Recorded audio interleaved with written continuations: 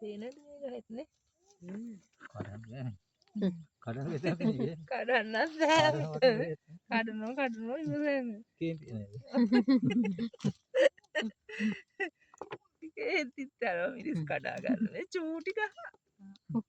හැම තැනම මිරිස්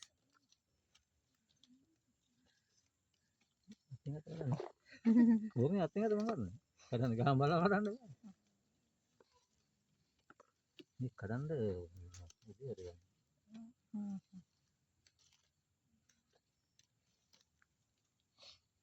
මේ කඩන්නේ තද කොළ පාටේ වනේ. ඔව් නේ ඔව් තද කොළ පාට තමයි මෝරලා තියෙන්නේ ලා පාටයි පැහිලා නැති එක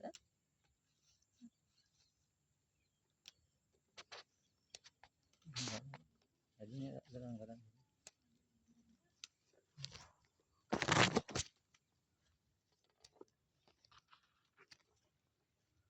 වගා කරන්න හැමෝම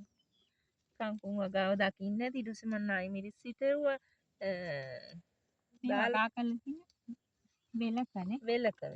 මේකල වෙලක අපි අගාගොඩ කිව්වා තෑන මහන්සි වුණා පොළව හදන්න ඒවාට දැන් සතුටු